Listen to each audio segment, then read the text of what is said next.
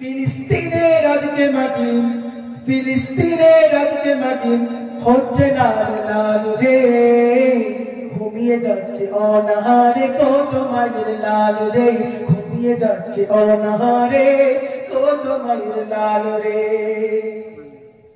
পরিপূর্ণ ঈমান হতে হবে মুসলমান।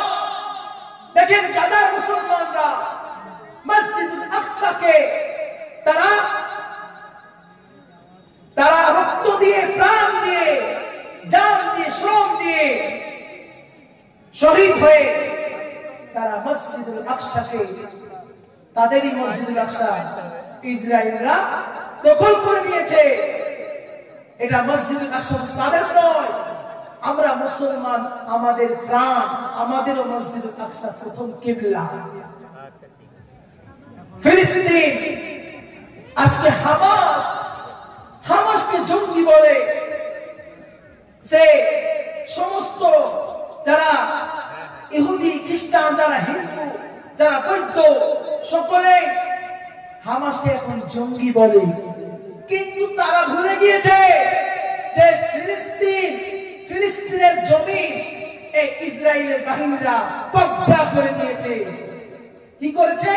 কব্জা করে নিয়েছে। 2 লক্ষ কিছু ইহুদিরা বেঁচে গিয়েছিল, তাদেরকে ফিলিস্তিনিরা করলো মায়া করে ভাই হিসাবে তাদেরকে থাকার জায়গা দিল। তারা আস্তে আস্তে ফিলিস্তিনকে কব্জা করে নিল। মুসলমান এই দুশ্মন ইহুদি খ্রিস্টানদের অনুসরণ আমরা মুসলমানরা করি। আমরা ভুলে গিয়েছি আমরা মুসলমান, আমাদের উপরে লানত করছে ইসরায়েলি বাহিনীরা, তাদের অনুসরণ করছি, আর আমাদের ঈমান তাদের দিকে আমরা বিক্রি করে দিয়েছি। মুসলমান সচেতন হও, আমাদেরকে জাগতে হবে, ঘুমানোর সময় নেই। ফিলিস্তিনের আজকে মাটি, ফিলিস্তিনের আজকে মাটি হচ্ছে লাল লাল রে, ঘুমিয়ে যাচ্ছে অনাহারে কত মায়ের লাল রে, ঘুমিয়ে যাচ্ছে অনাহারে কত মায়ের লাল রে। ফিলিস্তিনের আজকে মাটি, ফিলিস্তিনের আজকে মাটি হচ্ছে লাল লাল রে, ঘুমিয়ে যাচ্ছে অনাহারে কত মায়ের লাল রে, ঘুমিয়ে যাচ্ছে অনাহারে কত মায়ের লাল রে। তারা হকের পথে লড়ছে তাই বাজি রেখে যান, শহীদ হয়েছে তারা অনেক মুসলমান। আমরা কি শহীদ হতে পেরেছি? আমাদের কি শহীদ হওয়া লাগবে না মুসলমান?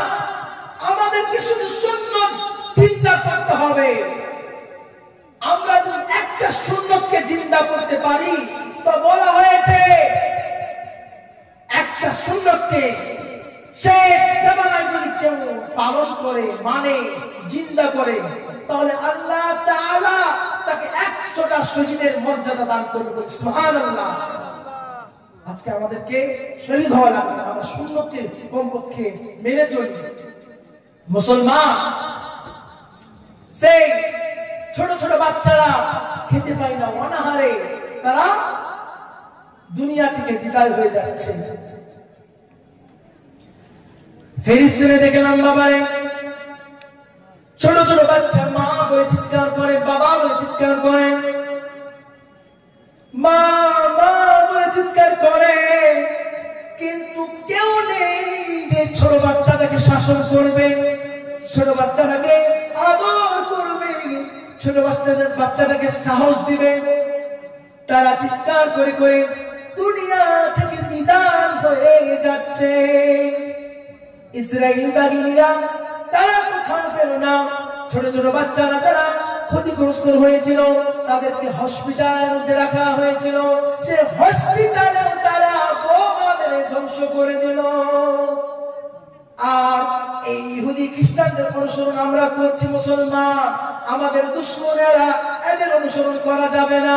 প্রত্যেকটা মুসলমানের ঘরে ইহুদি খ্রিস্টানদের কালচার চলে এসছে, ইহুদি খ্রিস্টানদের কালচার চলে এসছে। মুসলমান